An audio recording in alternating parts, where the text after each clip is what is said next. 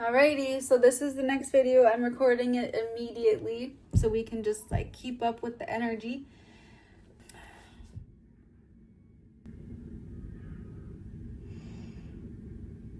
I'm actually going to pull a rune quick to help us in this conversation.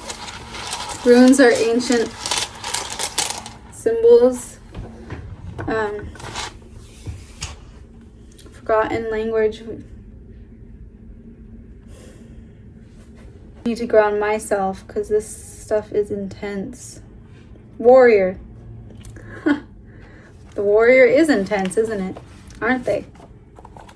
And if you're probably a warrior because you're listening and watching these videos. This is the rune of the spiritual warrior, the sky god. Always the battle of the spiritual warrior is with the self. Funding a will through action, yet unattached to outcomes, remaining mindful that all you can really do is stay out of your own way and let the will of heaven flow through you. These are among the hallmarks of the spiritual warrior. Embodied in this rune is the sword of discrimination that enables you to cut away the old, the dead, the extraneous. And yet, this rune comes with certain knowledge that the universe always has the first move. Patience is the virtue of this rune. The reward of patience is patience. Here you are asked to look within, to delve down to the foundations of your life itself. Only in doing so can you hope to deal with the deepest needs of your nature and to tap into your most profound resources. It calls for awareness and single-mindedness, the willingness to undergo your passage with compassion and trust. It was upside down. The reversed says, the danger is that though hasty or ill-timed action, life will lead to life force leaking out or being spilled away. Matters of trust and confidence are at issue here, and with them the authenticity of your way of being in the world. You will always find the answers within yourself, not in outside advice.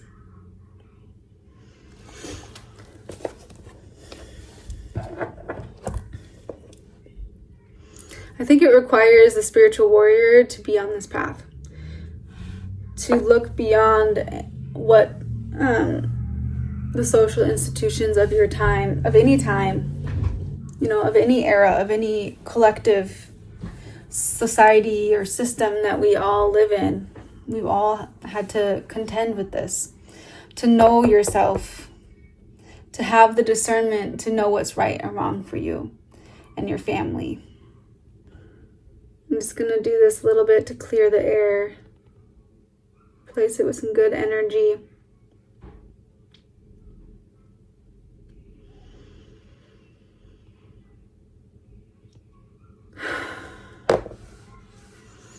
So I'm going to actually go backwards in time. I'm going to start with my third birth and the birth of my son. He was born in the mountains in a cabin surrounded by oak trees in the fall. It was a fall morning, glittering orange everywhere, just vibrant, and our little cabin was tucked up into the hill here, so you looked up out this window and you just saw all the trees, and then you look out this window and it was like treetops. So we're just surrounded by this and this almost cloud of October, November colors.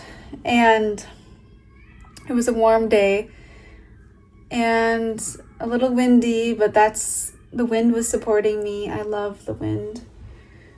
That morning I knew that something was shifting. I had actually wanted to give birth the day before, but my husband had to work, and so my body held on. I, like most women, are very ready for that birth to happen and for the baby to arrive. Of course, to see them, but also because those last few weeks, even couple months, get very mentally arduous. That constant pressure, the constant fullness, the constant experience of having and cultivating a life in you can feel very, bring you down to your wire, so to say. So your nerves can feel very raw. I knew that it was that morning. I kind of felt a little twinge, a little ache, and I was like, okay, here we go. I was 2 days from my due date, even though that's not necessary to even calculate. But so I instigated the lovemaking with my husband because I knew that would also help it come along, and I'm sure it did. I called my friend and her husband. They were the only ones that we had planned and wanted to be there. And that's a testament to them. So shout out to them. They're a part of sacredbirthing.org if you want to learn more about spiritual birth and birthing consciously. Sacred birthing is about birthing the new humanity and doing so in a way that we can cultivate a soft birth. They also help us clear our own birth trauma from our own birth, so that's not impeding upon your fear and your birth with your own babies, and then also can help clear out any trauma from previous births that you've given to. And of course, any coaching or support you need with the family as well to prepare. So Anastasia and David, my husband, texted them, and I was like, yeah, I want them to come. So they started coming at some point. I was already transitioning because I birth fast, and I always just known that, and like just known it in my bones, like, and I just desired it. So I think it created that, you know. And so my husband, like, I always had him make me a breakfast beforehand, just a couple eggs and a piece of toast, because I knew I needed that energy before I got into it being too intense. Then you don't want to eat, you know, it's just obviously too much. You don't want to be digesting when your body's doing a lot of other things. I went to the bathroom 2-3 times. That's normal. Your body, your bowels are just releasing. So again, it can focus on the birth. And allowing those releases to happen is super important because you're telling your body it's safe to let go, and it's safe to let go of this baby. And so being in our own little cabin, our own home, and knowing I wasn't going to leave anywhere, and knowing that the only 2 people who were coming were people who I already felt like love and such a security with them, I was good. I just started laboring. I was just laboring out in the living room, and then eventually, I mean, it kicked up pretty quick. And so we were just laboring in the bedroom then. I got on my hands and knees. I kind of like rested on the bed like this, and my knees were on the floor, just rocking, just in my own world. And that happens every time. Women should go into their own world. And around that time, our friends arrived, and so her husband David was watching Aspen, our older daughter, who was just 2 at the time, which was really nice. I knew I didn't have to, worry about that. And she just kind of ran back and forth from the living room to the bedroom and just kept checking on me. And I really like my husband to stay next to me the whole time. So that's usually what he does. He's like, I don't even have time to pee, because having him near me helps reduce the pain of the contractions. And having my friend near me too, she intentionally takes on some of that energy. And so it was really nice to have her next to me. At one point I needed to go to the bathroom, and I always come up against this fear when I'm birthing, and it's also a fear I have in life. It's something that I carry with me kind of on the unconscious realm, which is nothing's happening, And so I knew that though, because I caught that pattern in my last birth. And so this birth, I did not allow that thought pattern to root anywhere. And I said, nope, it is happening. I am safe. And it's immediate. Like to talk about being a spiritual warrior. When you're in birth, the amount of mental redirection and the mental capacity to know yourself and to find your way to peace, it needs to be quick. Because if we were to spiral, then we'd end up in the hospital. I knew that. If I allowed this thought of, it's not working, I feel like nothing's happening, if I were to allow that to root inside of me, I would have freaked out and needed to go to the hospital, where I would have been able to confirm or affirm my fears. When again, it's just the natural process. So I'm saying to myself, okay, I can trust this natural process. I trust my body. I trust my body. I trust my body. So I went to the bathroom, and it can be a little hard if you're kind of tense and hanging on to the pain, and I do that a little, to let your bladder release. But it's good because it can also quicken the birth process, because again, you're allowing your muscles, and you're telling your body to let go. And so I did that, and then I stood up and I was rocking. It was really intense, so intense. I was starting to fear each contraction coming up, but again, to put that fear away and say, I know how to get through this. I can get through this. Every contraction brings me closer to the baby and never being pregnant again. And so I did that. And I stood up, I started shaking out my hand. And again, do what you need to do to clear the energy. We don't understand maybe why we're doing those things, but it's purposeful, even if we don't understand it. And so a lot of this also has to do with trusting what you don't know, which you can't see in the unseen. Okay? We can't see into we can't see into our womb. We can't see what the baby's doing. I don't know whether or not he's actually coming down and he's like, I didn't know all that. I didn't check for positioning. I didn't check if he was breech. I didn't check if I was dilated. I never put anything, we didn't put any fingers. We didn't look. We didn't examine my undercarriage at all. We just let him arrive. Because I knew my body is designed for this. There's no certainty needed if we just follow the instruction, the divine instruction. And so I just kept laboring. And then I was like, okay, it's really intense. I need to go to the bed where I would like to birth. And I got up on the headboard with my knees on the bed, and I was hanging onto the headboard while pushing. I had and I knew it's just so intense. You can feel this it's this mounting sensation in the body. But it's also like this, but you had to use that and push the energy down through your pelvis. You had to direct that energy as a woman. Instead of keeping it up here, you had to bring it down.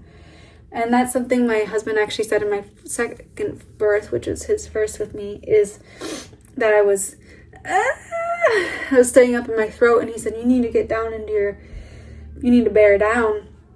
And then the next couple contractions, I did that while pushing, and then she was born. And so his instinct was right to and push that energy, use our own energy to help the process.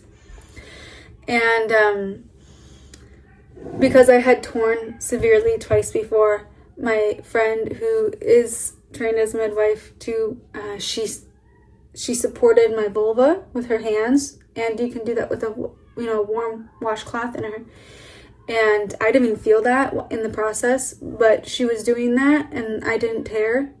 I also really intentionally tried not to force the push, so that I would allow my tissue to spread and not around the baby's head, and not just push the baby through and rip.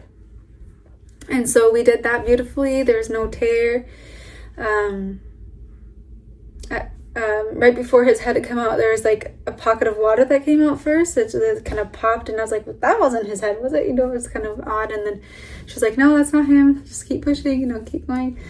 And then, they caught the baby behind me, and then I kind of sat back, and they brought him up between my legs. And then I just turned around, I held him, just oh my gosh, you're here.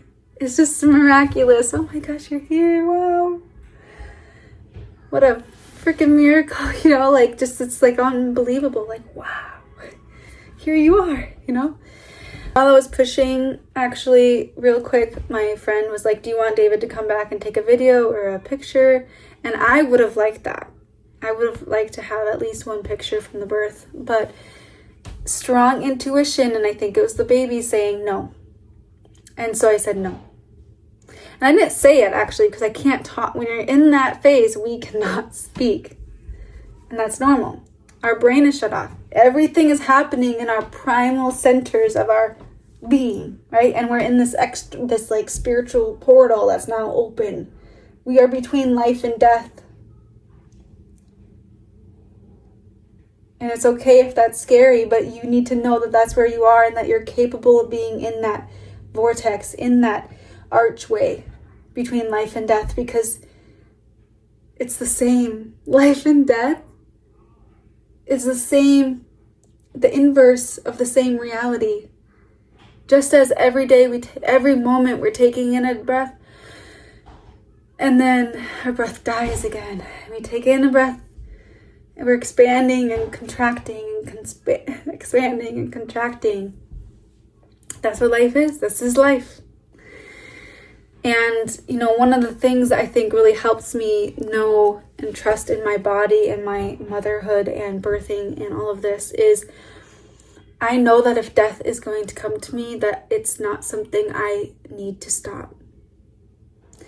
That means having children is in itself, loving anyone is a risk. You could lose that person. A freak accident, something happens, maybe even in the birth something happens we didn't have any knowledge of or whatever. Being able to go into these realms and have complete sovereignty means I can handle whatever situation happens. And that's not just like materially in the situation, like, oh, I can handle it, we can call the ambulance. No, I mean like spiritually, emotionally. Spiritually, emotionally, I can handle and I accept my fate and destiny and this child's fate and destiny. Maybe it was only their destiny to be in a womb for 9 months and then not be in life. Like can we be okay with that? Can we be okay with variation? And that's a huge lesson in home birthing and spiritual birth, is allowing the natural birth to occur. There's variation. There's variation in every moment of a woman's pregnancy and every birth. There's no normal.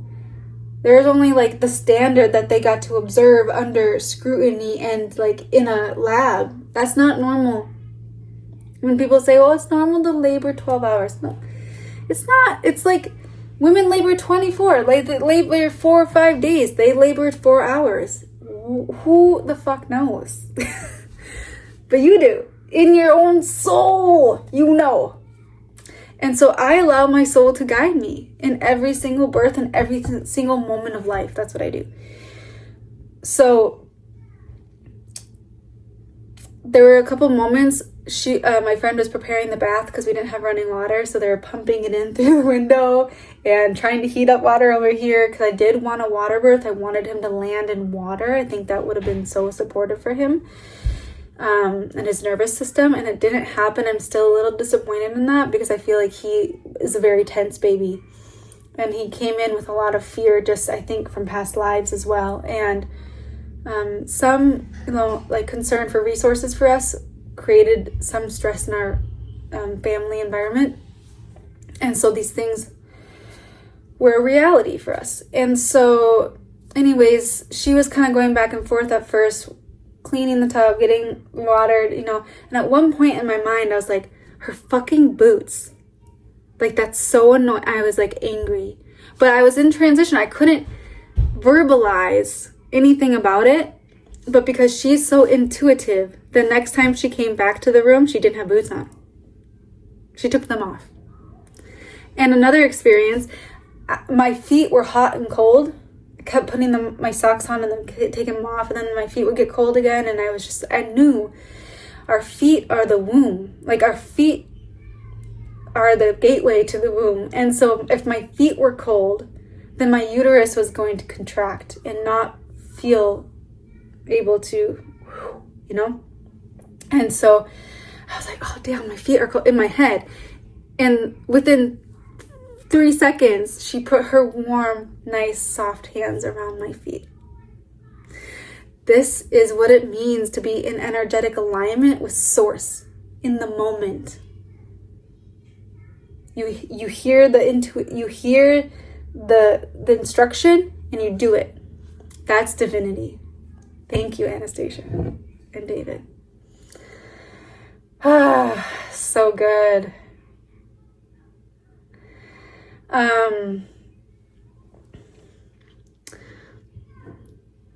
One thing I think is worth mentioning, because I don't want to suppress it, but in the moment I did, which is really hard for me. I think a lot of women, when we are used to people pleasing and suppressing our own desires and what we truly know we need, birth and pregnancy become very hard, because it's the ultimate initiation into you standing up for yourself. Because now you have to stand up for yourself and this baby. And for me, when I really learned that I wasn't standing up for myself is when I first had my first daughter. And I was like, oh shit, I need to start standing up for her. But if I get anxiety and clam up and whatever because I'm trying to protect her, then that means I'm not standing in my sovereignty. And I had a lot to learn and a lot of strength to gain. And so then in that moment when he was born and I was holding him, I wanted it to be quiet. But those two were talking, my husband and my friend. They were talking and kind of analyzing what just happened already. And I was like, can you not do that? Yeah. I haven't even told them that, maybe. But it's just, remember, the woman is this, like, as women, we are in this other realm. We're not in the physical plane. We're not on the 3D. And so, and the baby isn't either. So being soft and intentional is really important. So staying in that soft, tender, super mindful moment and energy and touch and how we interact with the mama and baby in those moments is very important. Just to remember that, because we just don't move so fast habitually that we just don't realize it. But especially when mama is so raw too, after just going through this portal, and her body is like going to be the most depleted ever and feel very, very weak. Oftentimes women shake and all kinds of stuff. All this adrenaline and all of floodgates of hormones and all this is happening internally. To keep the external environment really mindful and quiet and respectful is helpful to her, because she is going through so much internally. And so is the baby. Again, they're being interfacing now with all of this experience and with having life and breath in their lungs for the first time. So, yeah.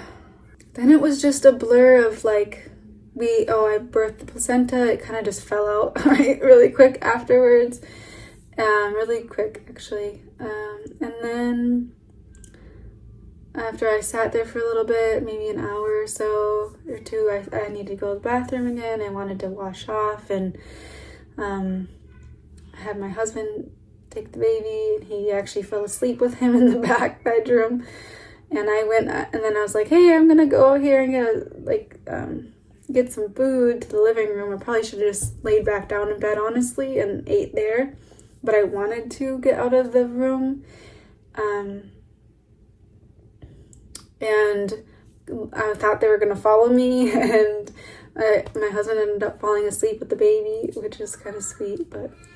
And then, so I talked to David a little bit. And I think it was kind of a way to distract myself from what I had just been through. Again, it's very intense. And so it's okay to kind of give yourself whatever you need in that moment. So, again, there's no right or wrong.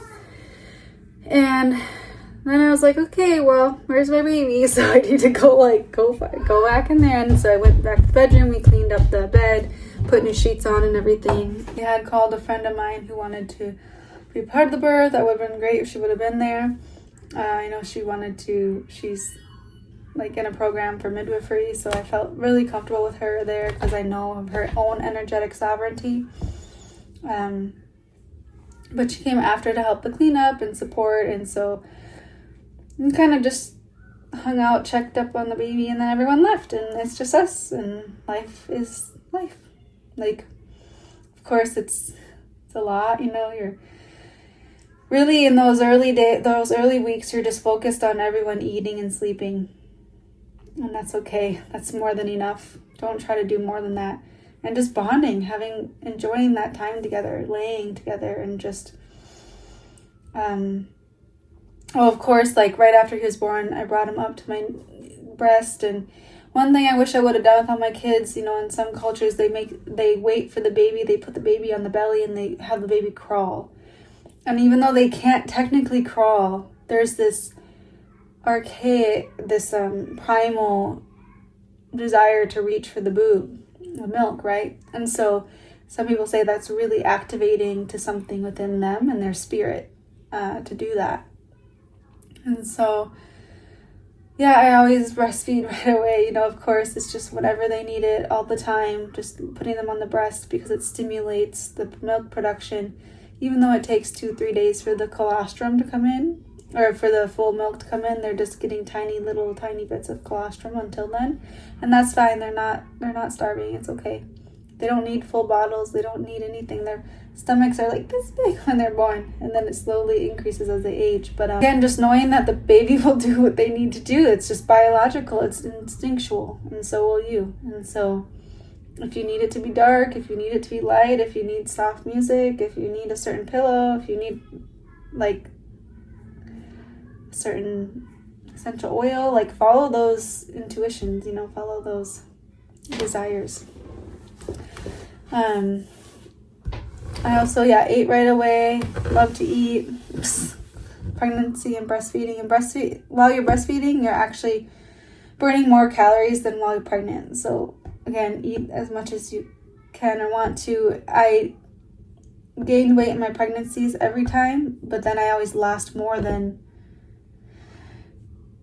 that during postpartum because I breastfeed, and I'm pretty healthy, active, and would just focus on meats, veggies, and fruits, and don't do a lot of carbs, or I do a lot of sugars, honestly. I have a sweet tooth.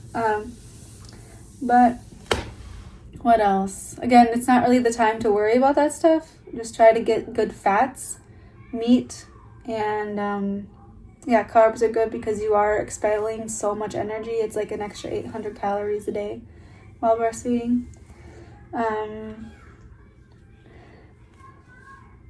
I'll put any more resources I can think of below for this type of stuff. And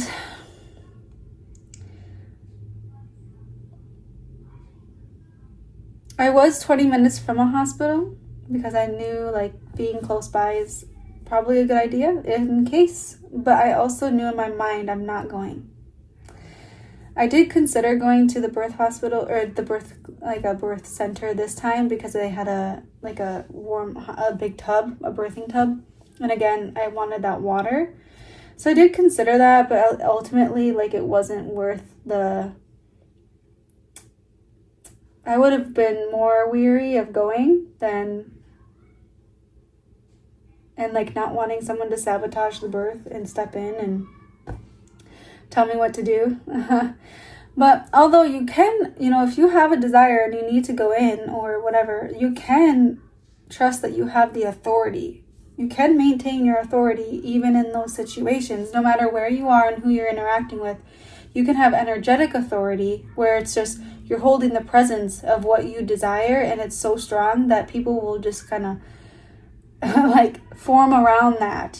That's true sovereignty and strength. I actually did this with my first daughter unknowingly. So when I was 20, I had and then turned 21 while I was pregnant. I did know, don't trust the hospital. Don't let them intervene. I didn't want the cascade of interventions, and I knew not to trust them. So I did know that much. And I went in there and I was like, I'm just going to have a natural birth and this is going to be quick. And I remember the nurse was like, okay, honey. Yeah, I know. But my mom told me, she birthed my sister 4 hours, pretty quick with her son. And then I was born within 45 minutes of her water breaking. She barely got to the hospital with me. So in my mind, because of her stories, and stories are powerful, there are spells that are being cast over us with then what we believe about what we're capable with. And then that informs how much we believe in something ourselves or our own capacity. I knew this is going to be quick. And she was like, She was really rude about it. And I was like, that could be super disempowering for me if I were to accept that, even in the moment. I was like, fuck you, let me show you. And so then I had her in 4 hours, and that same nurse peeped her head in like later and was like, wow, you really did it. And I was like, shut the fuck up, just leave. And energetically, that was my energy, and I didn't even say anything. And then I did have when they like come around afterwards, like, how did it go, anything? And I was like, that nurse was unnecessarily rude, just, like, let her know. But because it's really important that we're not speaking down onto the women that are coming in, and like, be confident. Know, like, if you go in there and you're like, this is how I want it, and you just energetically, you're like, this is what it's going to be. Create that reality. And if you're not in the capacity to maintain that assuredness, then that's exactly where your own birth team and your husband need to step in. Your husband is your protector. They need to be on board with whatever you desire for this birth and pregnancy, because it's your intuition guiding, and then he creates the form around you. He's the structure. That's the divine masculine. The feminine brings in the life, the man protects it. Okay. Yeah, like I said on my last video, I did get an episiotomy. They cut me, and I didn't even know about it. They didn't ask me. The doctor didn't ask me. I don't even think they told me. I don't even think I knew about it. I was just like, did I get that or not? But, yeah, I tore, and I knew I tore, and they gave me stitches, but I think they actually cut me and told me I tore. But I don't know. That was like 11 years ago now. So, and then what else? Oh, I remember being in the throat of like I was laboring in the bath at the hospital for my first birth, and my aunt was there. She was a help, but also I wish I could have told her to kind of like back off a little bit. She was in my face breathing at one point, and I just had to I just blocked her out of my experience, and instead of being able to tell her. So there's these little things that creep in, and even those little energetic things can be a stitch in like the flow, right? And you want to clear those out as much as you can. And my mom was there, and that was cool. My boyfriend at the time, father's dad, was there. He really wanted to be there and obviously have a baby, and so he was very involved. And I didn't like that they cut her cord and whisked her away immediately. They said she was having a hard time breathing. I don't agree with that. So they can actually be out of the womb and not breathing for 3 minutes, as long as their cord is thick and blue and pulsing still. They actually are needing and receiving all of that extra oxygen and blood that's in the cord. Actually, they become anemic because if you cut the cord too soon, because that cord still has and is trying to transmit the rest of the blood into the baby before it's cut. And so I did a lotus birth with my son this last time, which is just where you keep it attached, even the placenta attached, and you don't cut the cord, and you allow it to just dry and fall off, which takes about 7 days. I also did that for the energetic benefits of not being cut off from his life force, abruptly when we felt like it was necessary. Some people encapsulate it, and I was going to do that for my second birth, but the midwife got sick and then felt like it wasn't maybe sanitary to do that because she had brought my placenta home. So I just ended up bringing it to nature, where it was a significant place for me and my husband, and we ended up burying it and kind of doing this little ritual. What else? So yeah, and that first birth, I recovered. I did have a nurse come to my house afterwards to check on the stitching, which was really nice that they had that program. I think it's really important. It's we have babies and then the world forgets about you. You're no longer pregnant, and they're like, oh, just move on. Just keep functioning in society. And we don't function in society like that. We're never going to be the same. I feel like before having kids, I could mostly behave in the world like a man and do be in my masculine energy all of the time, pretty much.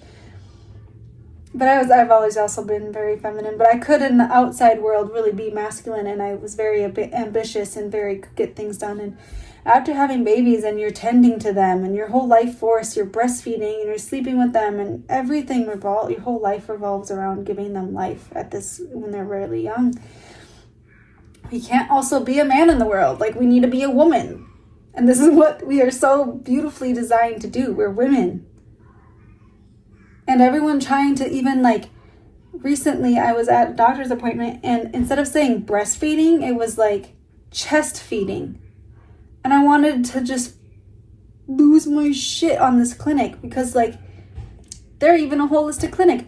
Why the fuck are you trying to take the woman out of breastfeeding? No, enough with some of this gender shit. There are women and there are men.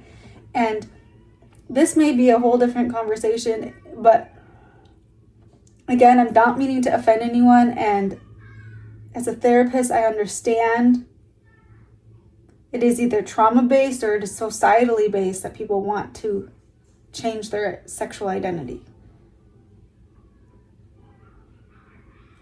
And when there's been trauma around your gender, psychologically, great, let me be a man instead. I don't want to go through that. I don't want to be treated like that. Cool. But anyways, I'm a woman, and I breastfeed and I birth my babies, and I love my husband with my yoni, and I bleed every month, and I love my blood. I love bleeding every month. I love the emotional cycle that I experience, because it gives me so much juiciness in my own psyche and my body and my experience in the world. I love it.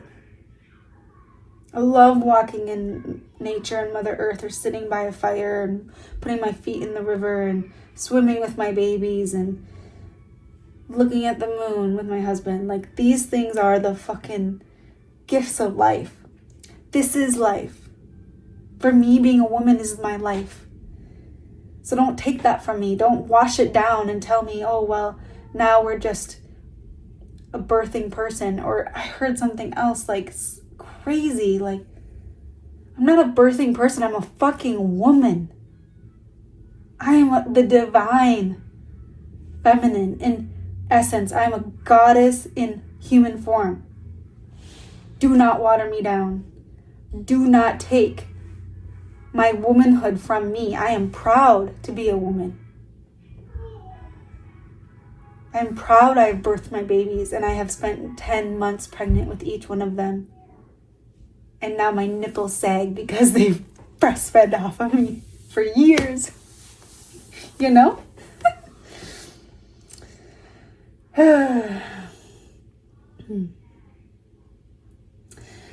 So back to my first birth. Yes, it was nice to have someone come and tend to me afterwards. The nurse, when she did come check on my stitching.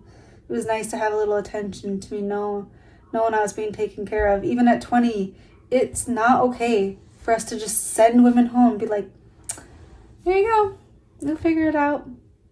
No, we need to be tended to by a village. The man needs support from the village, so that then he's supported to support his wife and the children in the household. Energetically, we're all responsible for each child. We've lost that. Oh man, have we lost that.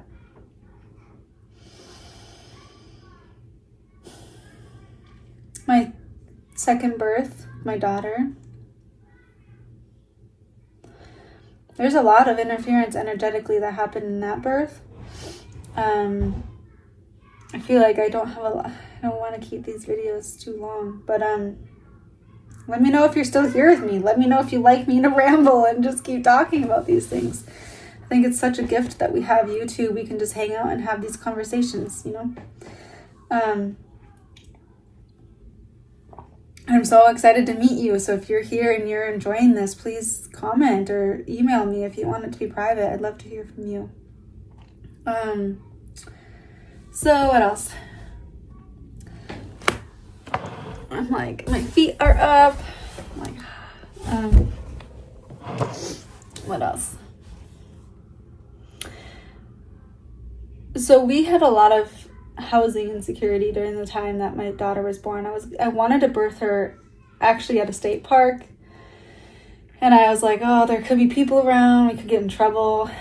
But I wanted to do it there. My husband, who was new to all of this, was like, that seems extreme.